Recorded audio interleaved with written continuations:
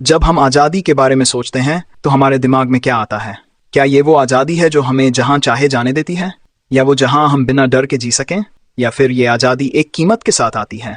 आज हम Eren Yeager की फिलॉसफी में गहराई तक जाएंगे, जिसने एनीमे अटैक ऑन टाइटन में आज़ादी की परिभाषा को पूरी तरह से बदल कर रख दिया। चलिए देखते हैं कैसे एक मासूम लड़का जिसे दीवारों के बाहर की दुनिया देखने का सपना था, एक ऐसी शख्सियत में बदल गया जिसने कुर्बानी और ताकत की सिहरन भरी विचारधारा को गले लगा लिया। एरेन की कहानी एक सिंपल और रिलेटेबल सपने से शुरू होती है, आज़ादी। बचपन में वो उन विशाल दीवारों के बाहर की दुनिया देखने के लिए तरसता है जो इंसानियत को कैद में रखती हैं। ये दीवारें सिर्फ फिजिकल नहीं हैं, बल्कि डर, अज्ञानता और दमन की भी प्रतीक हैं।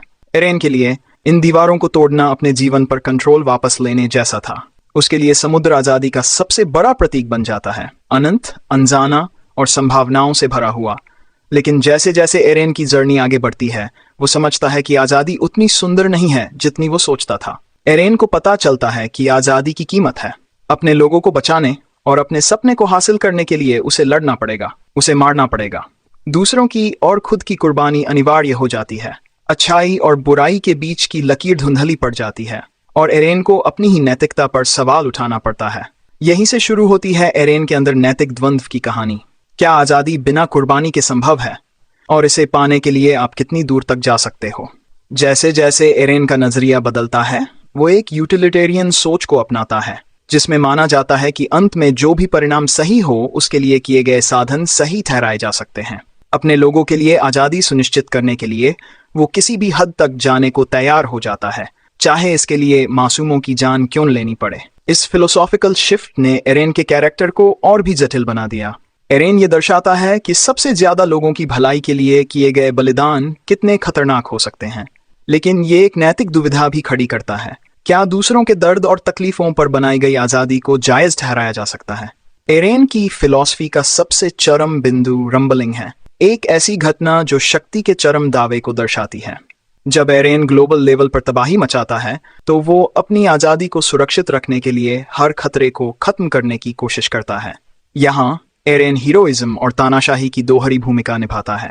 क्या वो अपने लोगों के सर्वाइवल के लिए लड़ने वाला मसीहा था, या ऐसा विलन जो तबाही के जरिए अपनी मर्जी थोप रहा था? ये द्वंद्व हमें इस बारीक रेखा को समझने पर मजबूर करता है जो महत्वाकांक्षा और विनाश के बीच होती है।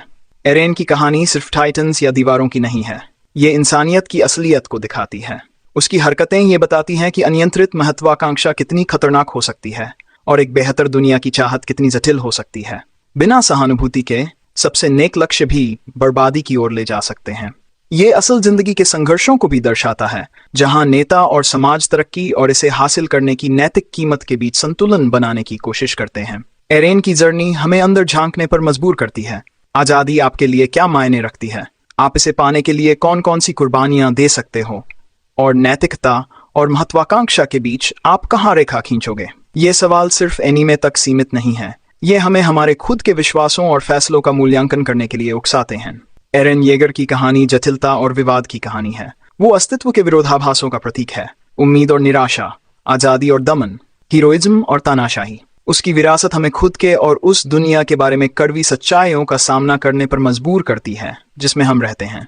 चाहे आप एरेन को एक हीरो माने, एक विलन, या इन दोनों के बीच कुछ और, उसकी जर्नी ये परिभाषित करती है कि आज़ादी के लिए लड़ना वास्तव में क्या मायने रखता है। तो आप क्या सोचते हो?